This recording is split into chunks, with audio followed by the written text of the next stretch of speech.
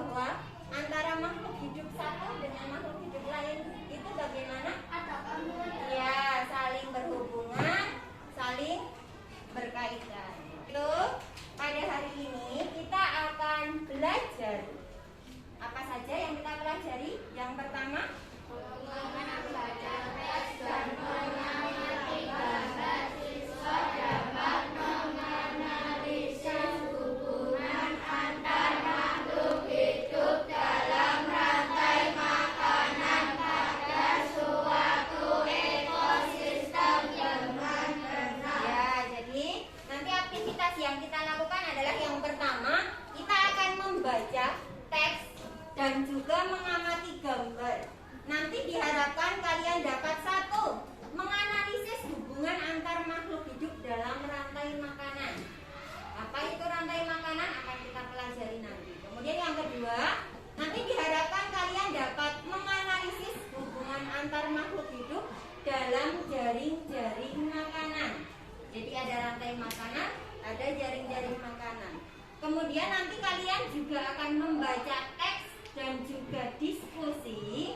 Nanti setelah itu diharapkan kalian dapat menemukan pokok pikiran. Jadi nanti kita akan mencari pokok pikiran paragraf. Kemudian dengan membaca teks dan diskusi kalian diharapkan dapat membuat peta pikiran tentang pokok pikiran paragraf.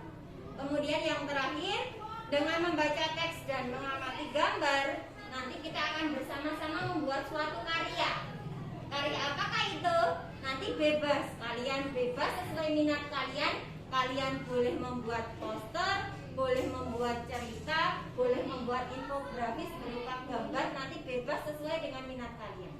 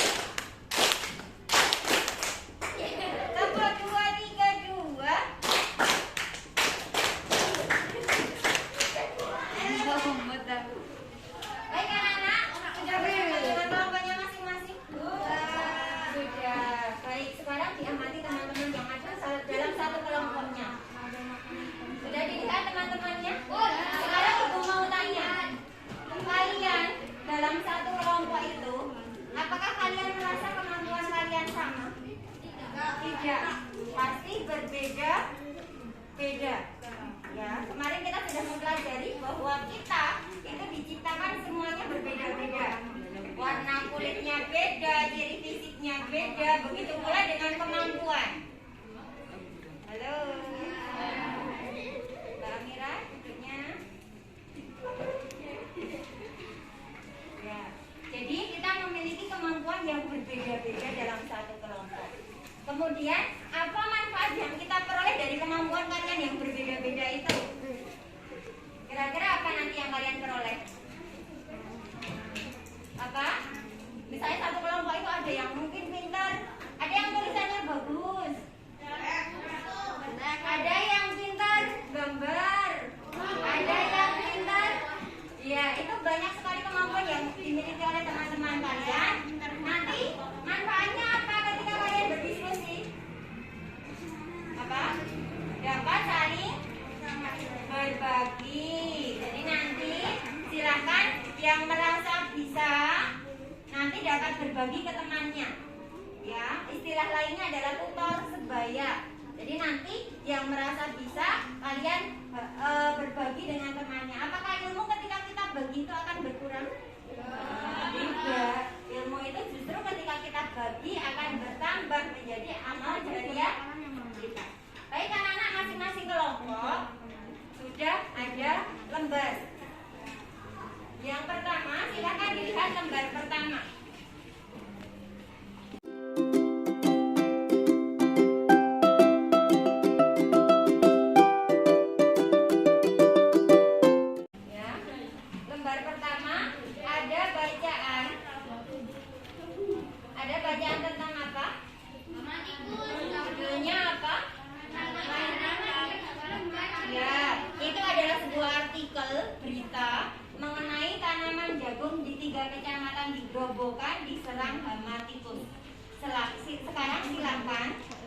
kalian baca apa yang ada di situ.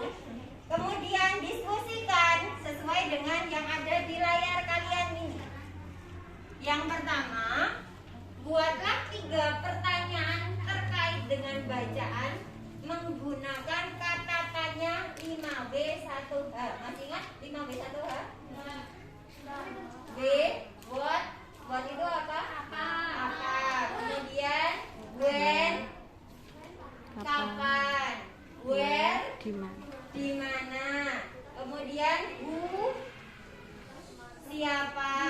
Kemudian why, how itu artinya bagaimana. Jadi nanti silakan dibaca ini, kemudian buat 3 pertanyaan pakai 5W1H, pilih 3 kira-kira yang bisa ditanyakan di sini, yang jawabannya ada di sini apa. Paham ya? Tugasnya nomor 1. Yang kedua, diskusikan pada kelompokmu, pilihlah 1 pertanyaan yang akan kamu selidiki. Nanti kita mengarahnya pada pertanyaan bagaimana cara petani bisa mengusir hama tikus ini. Ya, kalian cari informasi bagaimana cara petani mengusir hama tikus. Ada pertanyaan? Tidak. Jika tidak, silakan didiskusikan. Waktu diskusi berapa menit?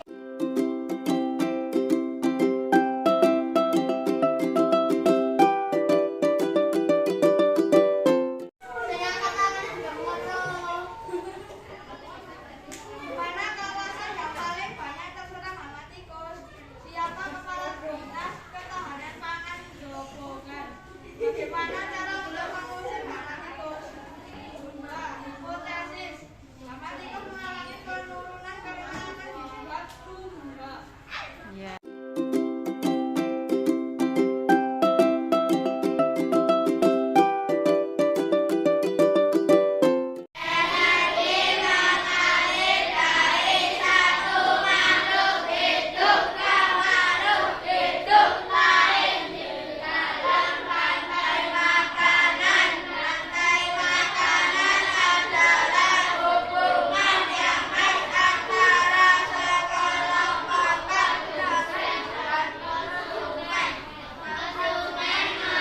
Suatu rantai makanan terdapat makhluk hidup yang mempunyai peran sebagai produsen,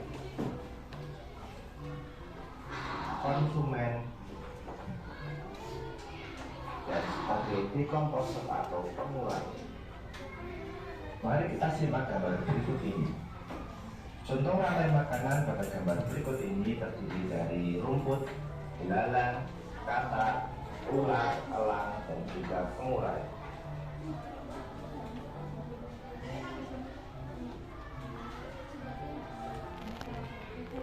Rumput disebut sebagai produsen.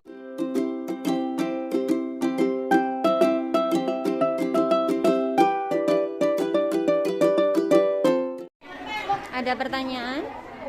Tidak, sudah jelas.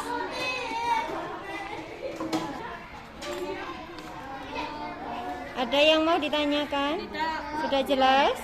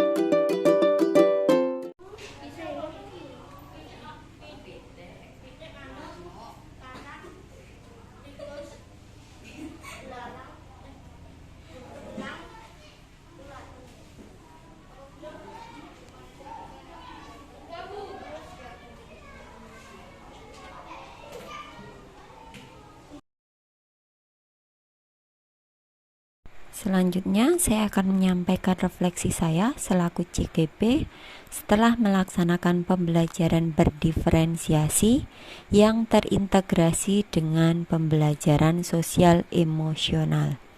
Yang pertama, mengenai bagaimana perasaan saya saat melakukan perencanaan pembelajaran adalah antara perasaan bingung sekaligus tertantang untuk mencoba menerapkan pembelajaran berdiferensiasi yang terintegrasi dengan pembelajaran sosial emosional dalam rangka menciptakan well-being pada siswa. Sebenarnya, secara tidak langsung kita sebagai guru pasti sudah menerapkan atau sering menerapkan kedua pembelajaran tersebut, hanya belum terstruktur dengan baik. Setelah mempelajari modul 2.1 dan 2.2, saya lebih menyadari pentingnya mengintegrasikan keduanya dalam menyusun perencanaan pembelajaran. Kemudian, saat melaksanakan pembelajaran, ada sedikit rasa khawatir jika waktu tidak sesuai dengan perencanaan, terutama saat kegiatan diskusi, mengingat kemampuan setiap kelompok untuk menyelesaikan tugas berbeda-beda, sehingga hasil pembelajaran pun menjadi belum optimal. Akan tetapi, alhamdulillah, saat pelaksanaan dapat terlaksana sesuai dengan perencanaan. Hanya untuk waktu pembuatan produk karya itu, siswa dilanjutkan di rumah karena proses finishing terutama seperti membuat poster, kemudian infografis itu membutuhkan waktu yang lebih lama. Refleksi berikutnya, setelah dilaksanakan refleksi pembelajaran bersama siswa atau murid, ternyata dengan penerapan pembelajaran berdiferensiasi terintegrasi dengan PSI ini, siswa menjadi lebih merasa diperhatikan. Mereka merasa lebih senang, terutama untuk siswa yang masih mengalami kesulitan dalam memahami instruksi, itu bisa dibantu oleh teman sekelompok maupun dengan bimbingan guru. Dengan media bervariasi juga, siswa mampu meningkatkan pemahaman mereka. Dilihat dari hasil evaluasi yang menunjukkan bahwa sebagian besar siswa sudah mampu melakukan analisa terhadap permasalahan dalam soal evaluasi. Namun, saya menyadari bahwa masih ada beberapa hal yang perlu diperbaiki terkait dengan penerapan pembelajaran berdiferensiasi. Itu tadi penerapannya saya merasa masih terbatas identifikasi minat dan gaya belajar saja. Jadi saya masih perlu menggali lagi terutama kesiapan siswa dalam memahami konsep yang itu menjadi dasar materi yang akan kita sampaikan. Kemudian dalam penerapan PSE saya juga masih merasa belum optimal. Masih sebatas bimbingan karakter, nasihat agar siswa sadar secara emosional. Akan tetapi saya belum menerapkan praktek teknik stop untuk memperoleh mindfulness maupun pause ini dalam mengambil keputusan. Mengingat waktu PTM ini dibatasi, jadi masih belum optimal.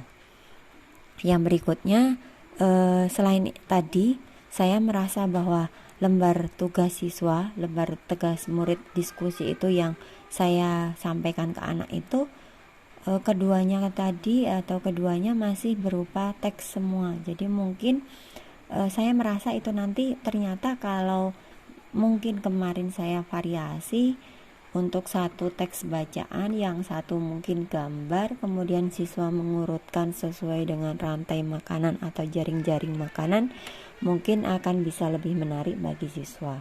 Jadi untuk ke depan saya harus mempersiapkan lebih matang dalam menerapkan